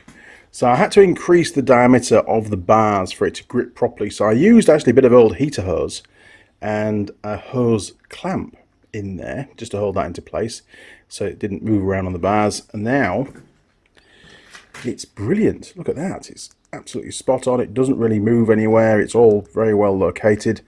And the extension wire for the push to talk comes up here in that braided wire, that braided sort of bit there, look, protective sleeve. And then I've just zip tied the connector on so I can replace the push to talk switch very, very easily should the need arise. And the connector looks pretty waterproof, to be honest. I think it's designed to go like that. A little bit of a loop on there just in case when you're steering the bike, you know, lock to lock, it doesn't pull on the cable. And then back in the box, I think that's all as it was yesterday. We've got the switches on the left, we've got the power supply in the middle. Oh yes, I didn't need to use that USB charger thing. The SENA actually came with a cigarette lighter plug lead, so I've just swapped that across. But other than that, it's how it was yesterday. Right, back to the bench. So what's next? Because we're really close now. Well, the next thing to do is to basically cut off, I hate doing this, I really do. The only way I can get the connector is to cut off the connector that goes onto the handheld radio from a brand new microphone that I purchased. And then hopefully there's going to be 4 wires in there, and then choose the right 4 wires and then connect them to these 4 wires which go onto the connector to the SR-10. Now, I have done some research, but as regards this side of the circuit, but I don't have anything to do with a wiring diagram for this particular microphone, so I don't know what the color coding is on the wires inside here. So we're going to have to pull a mic apart and try and work it out best we can, and fingers crossed we get it right. Okay, let's go and take a look at the wiring diagram first for the SENA lead. And then we'll pull this apart. Here we go. Right, this is the diagram that I managed to find online, which relates to the SENA wire, basically, the coupler. And if we look on the key here, look, we've only got 4 wires inside the cable. One is red, that does speaker out. We've got a blue that does microphone in. We've got a brown, which is the push to talk wire. And we've got the black, which is a ground wire. The other 2 pins are just not used. Right, so let's pull the microphone apart and see if we can work out which does which and which should be connected to what, because I have no idea at this point in time. The mic. Now this is an MC011 and it came with the handheld radio, and it actually feels really well made. I'm very impressed with it. Feels nice, it's good, got a bit of weight to it, unlike some microphones. But we're not going to use it. It's just purchased for the lead. Right, very quickly. Now I did this, well not this, but I fitted a CB radio to my motorcycle years and years ago when I was 17. I might have mentioned that already. And I actually just basically stripped down a microphone and put the internals inside a helmet, and then used a button on the handlebars as the push to talk. It's actually pretty cool. Okay, we're going in. You ready? Right, that's just the back. We'll get rid of the back. Ooh, a circuit board. Hadn't planned on seeing a circuit board. Okay, let's take that off. Now, the only reason why I'm covering this is really the theory behind trying to work something out if you can't get a wiring diagram. If you're going to be doing this, I would strongly recommend that you don't buy this particular brand of radio. Otherwise, you'll have the same problems that I have, which is basically having to do stuff yourself and try and work it out. And of course, at any time, I might make a mistake. I still might. And that would potentially cause damage to the equipment that I've purchased, and it's not cheap stuff. Okay, so we've got 4 wires coming off the circuit board into the lead. And I wonder if that's going to go out of the way for us. It is. There we are, look. Stick that down there. Okay, so we've got a red, a green, a blue and a white. We don't know what they do, so we need to have a look at the circuit board. Now, I don't have a super high-res camera for this, so you're gonna have to bear with me, but looking at this, the red connector, you find a little pointy, I'll use my test lead actually, this will do. Okay, so the red, see how close I can get before it's gonna spit the focus out. Alright, so the red wire at the end here basically goes onto this huge patch on the circuit board. So that's probably ground, because you know it's shared by a number of the components. We've got green, which connects to this little track here, which then goes off to the speaker. Okay, so I would suggest that the speaker is green. Now the blue wire, that goes on the other side of the circuit board. Okay, all right, so the blue wire connects to this track here. We still in focus? We are. And it goes up here, look. Oh, then it swaps sides. So it's the lower one on the other side. Okay, that's that one there. And that then connects to the microphone, the little tiny mic just up there, look, in the housing. Okay, and the white is the end one there. And again, that goes through to the side, so it's going to be on the right hand side now. So the white one then goes up this track and goes onto the push to talk. Interesting. Okay, so remember that, white, push to talk. Okay, I'm going to stick all that down on a bit of cardboard. For the microphone side, we can then add the SENA stuff and go from there. Oh, I also want to find out which of these wires here, what parts of each of these pins they connect to, just so I know, you know. Well, it started to rain cats and dogs outside. Now, before we do this continuity test, we can do one or two things. We can just unplug this from the board, or we could unplug these two. I think probably unplugging this from the board would be the best idea, really. And then we can just go into the plug. It could be in there very, very, very tight. Let's see how we get on. I mean, I would say it wouldn't matter if I break it, but it actually would, because I don't like breaking stuff. Oh, there we go, look, right. The reason why I've done that is we've got windings. We've got a winding in the speaker and a winding in the microphone, so there's a possibility that two of the pins will have continuity to this, you know, as part of the full circuit. So we'll just put that over there for now. Maybe I can just get in there, look at the back. Hopefully. Right, where's the meter? Onto continuity, and then it'll just give us a beep, so you can hear that. Oh, the rain's giving up. That's nice. Right, okay, meters. Is it going to beep? It is. Right. Okay, so first of all, the red wire. Hopefully I can back probe into there. Okay, if not, I'll have to get a pin, won't I? Okay, hang on. Oh, it's going to be tight. Okay, let's try over here. None of those three. Ah, perfect. So it's the end one of the large pin. Okay, next one, green. So let's hold that in there. Right, where does the green one go? That one there, look. Okay, so it's the inner one of the big pin. Stick that on the cardboard.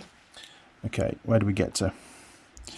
Next is the blue. Okay, it's very fiddly, is this? I'm not used to working with stuff that's so bloody small.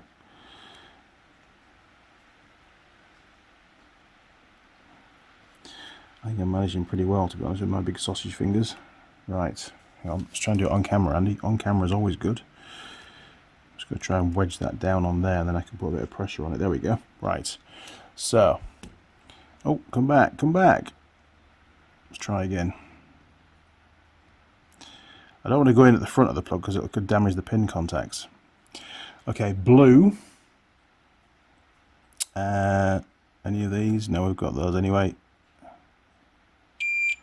Ah, okay, the end of the small pin. Excellent. Right, I'll stick that on the cardboard. And now all we've got to do is find out where the white goes.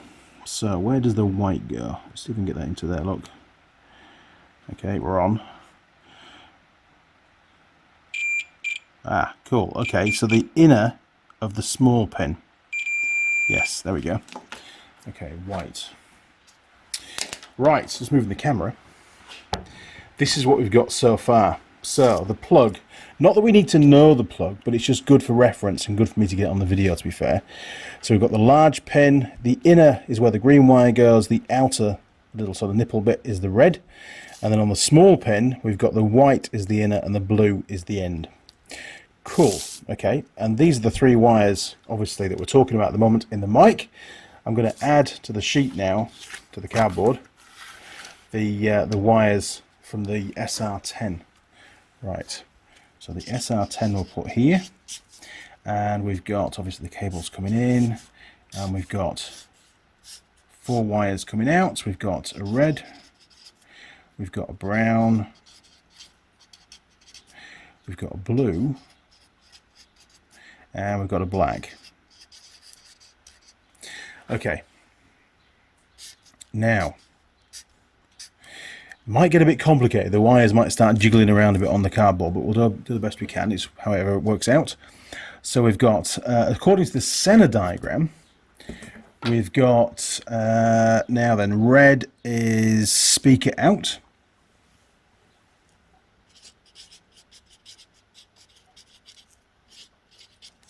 We've got brown, which they said was PTT, push to talk.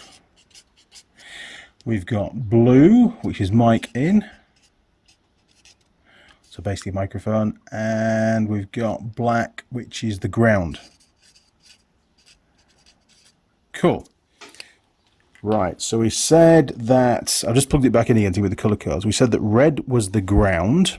Oh, there we are, look. Okay, red is ground. Green goes to the speaker. So green, speaker, there we are. Right, so that works. And now then, the brown, so hang on, the white. Let's do white next. The white went up there, look, other side. Right hand one, up there. That goes to the mic switch to push to talk for the white, and then that leaves the blue, which, can you see this on the camera? You can't, can you? I've done it before anyway. So that is the right, so the left hand side one on this side. So the blue comes up here and goes to the lower one, and the lower one goes to the microphone. Okay, so blue is the mic. Whew, I hope that's right. It's at times like this I really wish I'd bought a CB radio that SENA make the connection lead from the SR-10 for. But I bought the radio first and then got the SR-10 stuff, so I did it the wrong way around. So hopefully this video is going to prevent you from doing that and being in this particular dilemma. I also wish that I was given a circuit diagram for the microphone rather than having to try and work it out. But I'm 95% confident I've managed to match up what each of the coloured wires do, and that's going to allow me now to match up, you know, what we need to do on the connections. So the red will connect the red from the SR-10 lead, which is this one. So the red wire in that lead needs to connect to the green on the microphone cable on the plug. The brown on the SR-10 lead needs to connect to the white, the blue to the, that's pretty easy, blue to blue, that's good. And then we've got, what's the bottom one, black to red. Okay, so that's the plan. If I'd had the microphone wiring diagram, it would have helped. I did ask for it. I tried online, searching around, just couldn't get anywhere. And microphones often inherently are wired up differently from one brand to another, and the pin layouts are different. I think they do that deliberately, so you've got to buy the genuine microphone unless you know what you're doing. And it's a very long time since I played with CB radios, to be honest, and I'm not that confident in knowing the wiring diagrams, but I think we've worked this one out okay. The other problem is the wires are so bloody small. I mean, look at that. Look at the size of my fingers compared to those wires. And my eyesight's not the greatest either. So I'm not going to film connecting these wires together, solder them all up and stuff. It'll be a palaver and there'll be lots of swearing going on. But I think you get the gist. Now, what we do need to do, which we can do on camera, is we need to cut the end of this off that brand new mic. I don't want to do it. I don't. But we have to do it. Here we go. Okay. Now, I mean, the center lead is pretty long, and it's also, you know, a flexi cord, and it's got a reasonable length here too. So I don't need too much of the microphone lead, but I do want to give me as much as I possibly can of that straight. So I'm going to cut it off. I'm going to cut it off there. Look, are you ready? Here he goes. Oh, look at that. Absolute sacrilege. Well, it's not often you see a microphone with no plug on it. There you go. In the box. Very sad. Bloody expensive way of doing it. SENA team, if you are watching this video, would you please make a wire up that connects the GME handheld radios? In fact, what model is it? Hang on. Yes, you need to make up a lead, SENA, for this handheld radio, please. It's a TX6160. They're a really good little radio, actually. Very happy with it, and I do like the quality and the way it sits in the cradle, but for this particular application, I would definitely not have chosen that radio if I'd known at the time that I couldn't buy an off-the-shelf lead. Anyway, this is the one that I've made up. Obviously, that's the SENA end with a really smart little connector on it. I do like the connector. And that's the join in there. Look, if you can see that. Come on, focus camera. You can do it. There we are, look. Okay, it's not bad. It'll do the trick. Each wire has been soldered together painfully with some heat shrink around the joint, and then one final over the top heat shrink as well. Obviously, it's important to remember to put the big heat shrink down the wire before you even start. Otherwise, you can't get it on, can you? Yeah, without that one in the hard way. So we've now got this lead. This end is the SR-10. This end is the CB radio. We should be able to install that, and then hopefully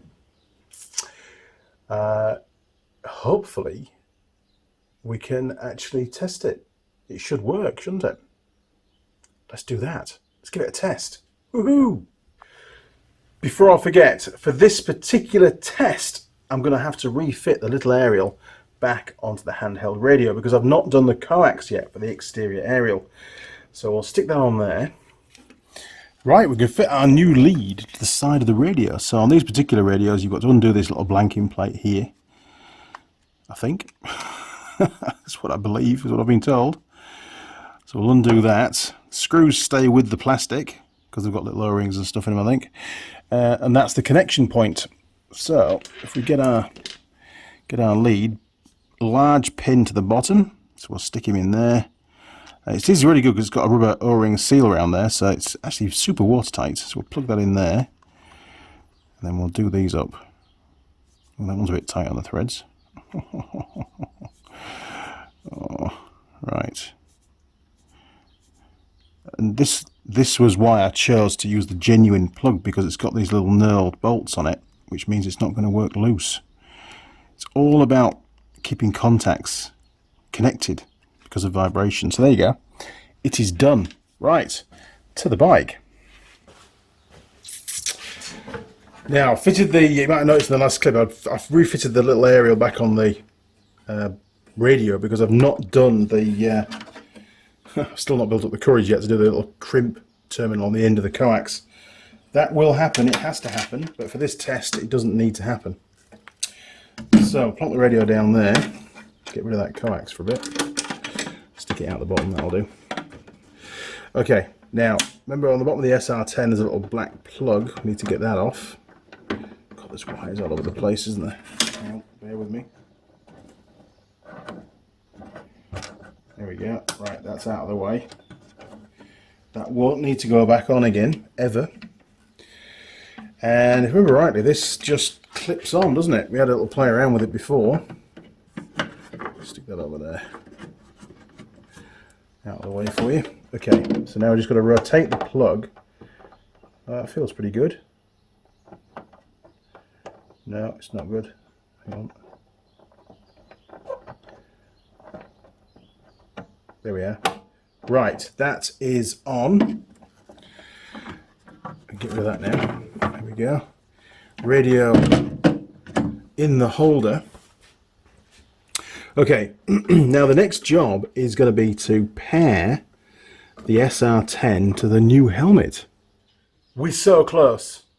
We are that close to checking if it works or not. The last step is, forget the coax for the aerial, the external aerial, because that's you know, that's easy, he says. This is the SENA helmet that we've got. You see what it is. It's what they call a smart motorcycle helmet. The model is a momentum, so it has momentum. It says it on the front there. Look, and I've been reading through the instructions because I've never had a helmet that's had SENA gear in it before, and it came with a quick start guide. There you are. It's so bright, this camera. There we are. Look, the lights in here. Quick start guide.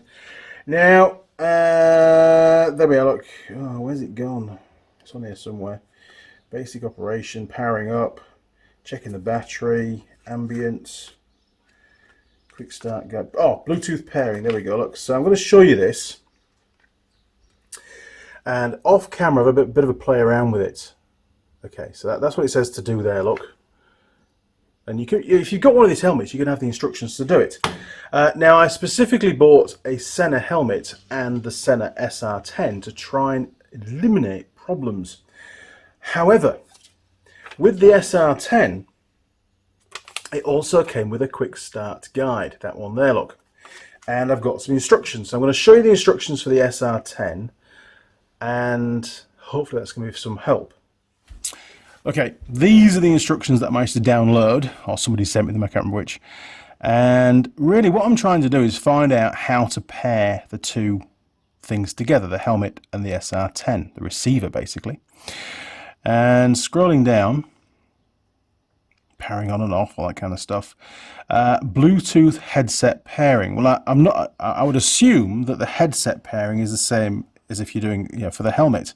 I'm certainly not connecting a mobile phone to it. So that's page 14. So where's page 14? Dum, dum, dum, dum, dum. Let's go to the important stuff. Page 14.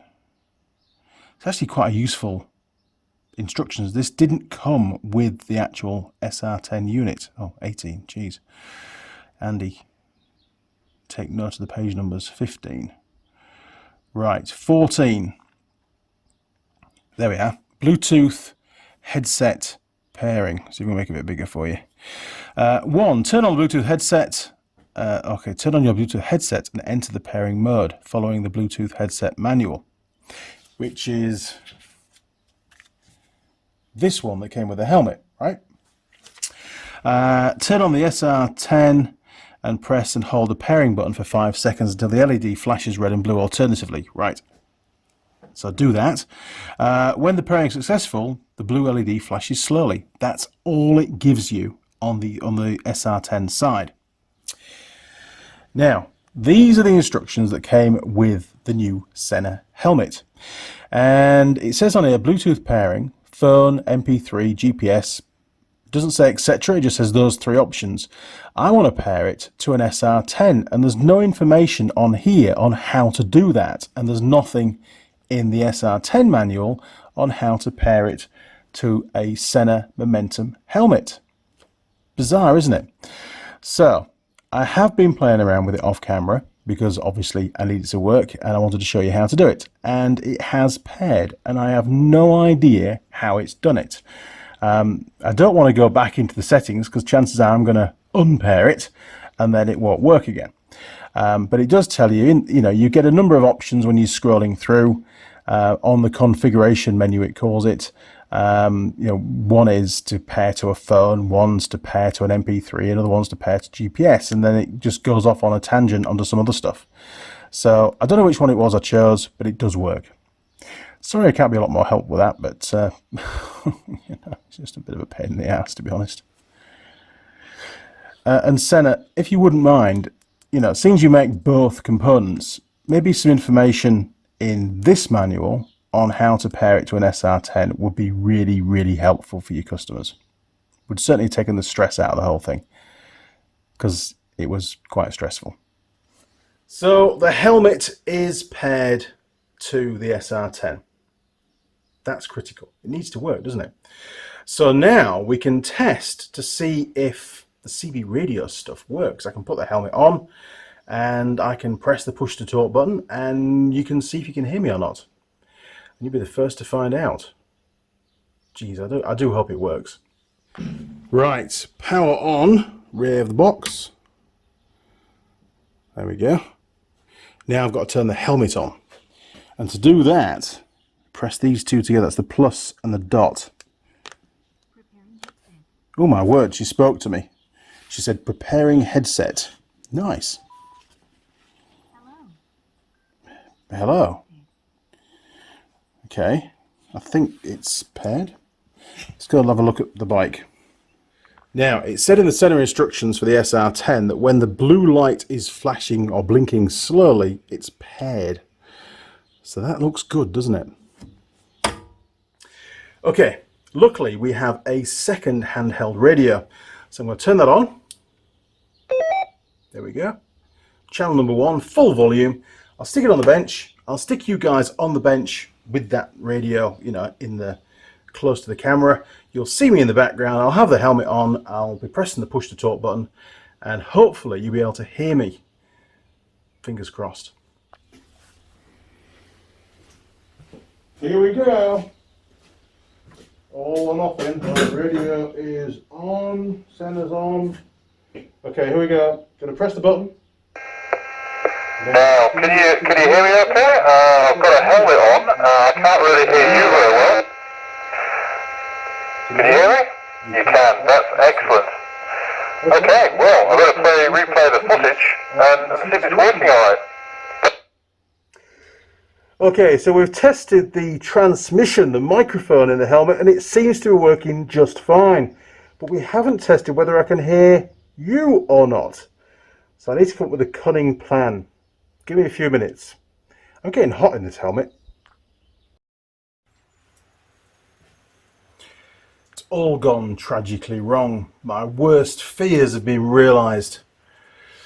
I don't like doing this kind of stuff. But it's taught me a lesson, to be honest. And I stopped filming about an hour and a half ago and I was pretty annoyed, to be honest, with myself. Clearly, well, let me tell you, right? So we did the test to camera and you could hear me talk. That was great. So I could transmit from the bike to the handheld radio on the bench. Then I came to try transmitting from the radio on the bench to the bike. You know, two-way radio. That's how it's supposed to work, isn't it? And it didn't work. And I was getting more and more frustrated and I'm thinking, you know, is it the SR-10 issue, or I pressed a button that I shouldn't have pressed? So I did a factory reset on that and then repaired it to the helmet, and nah, wasn't that. So then I tried swapping the two-way radios around and using the one off the bench on the bike and the one on the bike off the bench. And I could hear, but then I couldn't transmit. And I'm like, what the hell is going on here? So I'm busy in the afternoon, you know, just swapping the radios across, trying to eliminate. I made up another wire. You know, maybe my wiring there was a dodgy connection or something. I did test it with the meter and it all seemed fine. And then I thought, let me just play around with the radios a bit. And this one has lost all ability to make any kind of audio, whether it's out of the speaker here or from the jack on the side here. So that's why I couldn't hear incoming on the SENA on the bike, because this was the one that was on the bike originally. And then plug this one on, and hang on, turn it onto the camera, Mandy. Yeah, look. If you just wait for a second, it'll start. You hear that? So now this one makes a weird ticking noise. And when it's on the bike, I can't transmit using the port, so I can't transmit out using this radio. So basically, I've just wrecked two handheld radios. I really am. This is the Andy really annoyed face, and if I wasn't on camera, I'd be shouting and screaming and swearing, to be honest, and I've done a bit of that earlier on. I hate wasting stuff. I've just destroyed two really good little handheld radios, and the fundamental reason was that I hadn't obtained the correct wiring diagram for the microphones, for the radios, so that I could actually use that to decide what wires connect to what. So, my suggestion to you moving forward is that you do not do this. This has become a fail video. Sure, I've got to come up with a solution, and hindsight is a wonderful thing. So something can be gained from this video for you guys. I don't want you to go through the same pains that I have. The problem that I made right from day one, once I decided what kind of communication system I wanted to use, and I thought CB radios would be perfect for this, and they will be. But the problem was I chose a GME radio. Now, there's nothing wrong with these radios. They're really cool. I like them a lot. But SENA does not make a lead to go between the SR-10 unit and the CB radio, which then introduces a variable. The variable is that you need to wire it up. And furthermore, is it compatible? Is there a reason why SENA doesn't make a lead for that particular radio? It would be really helpful if they put on their website, the SR-10 is known not to work with the following radios. And then I would have known not to have bought one. But I did. I bought the radios first, and then a little bit further down the line, 2 or 3 months, once I'd saved up, I was able to then buy all the SENA gear. What I should have done is done some research to find out what leads were available for what makes or what brands of radio, and then bought that particular brand of radio. Right, you know, hindsight's a wonderful thing, isn't it? So, without further ado, let's have a little look on the Australian SENA website, and it's senaaustralia.com.au. If you're interested, this is what I'd recommend that you guys do. And we'll just flick through and see what CB models and makes they do make these leads for, because at the end of the day, I would suggest that you need to choose from that list. Don't buy a radio that's not on the list, because you run the risk of not just destroying one, but destroying more than one. Okay, enough of a ramble, Andy. Let's have a look at the website. Okay, so I just put in, got onto the SENA website and put in SR-10 in the search function. Well, I've got 5 things in my shopping cart. What's going on there? And if we scroll down, you'll see, we've got to a radio adapter. Oh, that's the SR-10 unit. And then you've got a lot of accessories. And if you go a bit further down, you've got here, this is the open-ended cable. These are the ones that I purchased because, I had to do. But if you come down here, we've got SR-10 cables for Kenwood, ICOM, Midland. I used to have loads of Midland radios. And then you've got another one for Midland. Strange. 2 different ones. It lists all the different models on there. Look, different ones that it works with. Then again here for Motorola. Motorola are good radios as well. Yaesu, never heard of them before. Single pin connector. SR-10 cable. SCA-3003. Anyway, I think you get the idea. If you scroll down, that's all of them. There's quite a few that they do make, and there's a lot of radios that they are compatible with. But by the looks of it, the GME radio, well, it sure as hell isn't one of them. So where do we go from here? Well, clearly, I've got a bike that I can't communicate with. Although plan B is I can Bluetooth it to my phone and I can ring up. But of course I can't dial a number while I'm riding, and I think you can do voice activation. But the vast majority of places I'm going to don't have phone signal, hence the reason why I wanted to use CB radio as the main form of communication, not rely on mobile phones. So that's not really an option. So I rang Mike at Mobile Systems, who was a gentleman that, great guy actually, who helped me sort out all the bits and pieces for the CB radio stuff, the aerial, the coax, all the fitting stuff, everything that was basically the GME radio stuff, and but not the SENA gear. And Mike has said, hey, really sorry to hear that, Andy. Listen, we can sort this problem out. I agree it would have been helpful if you'd had the wiring diagram. My concern is that we've got here, I don't want to ramble too much, but this is important stuff, to be honest. We've got here what it calls the ground. Now, those words, ground, mic in, push to talk and speaker out, were all terminology that came from the SENA side of the kit. I looked at the circuit board and I thought, well, I saw what was the red, I think it was the red wire, the red wire in the mic. I assumed or considered to be a common between a number of the components, and I assumed therefore that it was a negative, a ground common. It may not have been that microphone. That might have been the power in, and then the others are all the negatives or signals, call them what you like. But it didn't work, did it? But with it just goes to show that without having the correct wiring diagram, you can very, very easily make very expensive mistakes. Anyway, Mike tells me that he does have somewhere hidden in the office the correct wiring diagram that we need.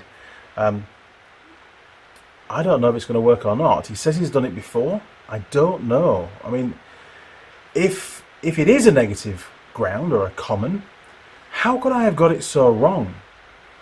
There's only 4 wires, and clearly the red wire in the microphone is the common. It goes to a number of the components. You know, the blue just went to the microphone. The white only went to the push to talk button. The green only went to the speaker. Seriously, how could I have made such a mistake that would have caused the radios themselves to fail? I really am very confused and very upset, and that brings me to the end of this video, to be honest. There may be a follow-up, there may not. Watch this space. If you enjoyed the video, why not click on subscribe? Turn on notifications, that way you won't miss any future videos. You'll also find me on Facebook, Instagram and Twitter. Feel free to communicate through any of those portals. You'll also find my email address down the bottom. So if you know, by all means, if you've got some information that you can share with me that would help me with this problem, then please send it through. I need to get this problem resolved as soon as possible. Obviously, I can't fix the 2 radios that have now failed. And I'm going to have to buy another 2-way radio to put on the bike. My first choice is to jump brands and go for one that I can get a SENA cable for, but it's Christmas time, it's the holidays. I may not be able to get the right cable in time. So that might be a long-term solution. Short-term, I'm relying on Mike to help me out. Anyway, so if you can help me as well, perfect. Now, if you want to support the channel, you can do that through Patreon or PayPal. The information again is in the description, and there's a link to Patreon and PayPal on the homepage of the Andy Mechanic YouTube channel. Just in the banner, some little tiny icons, just click on those. Okay, crew, I believe there's a well-earned cider ready for me in the fridge, so I'm going to head out to that just as soon as I've packed up. See you next time. Cheers, over and out.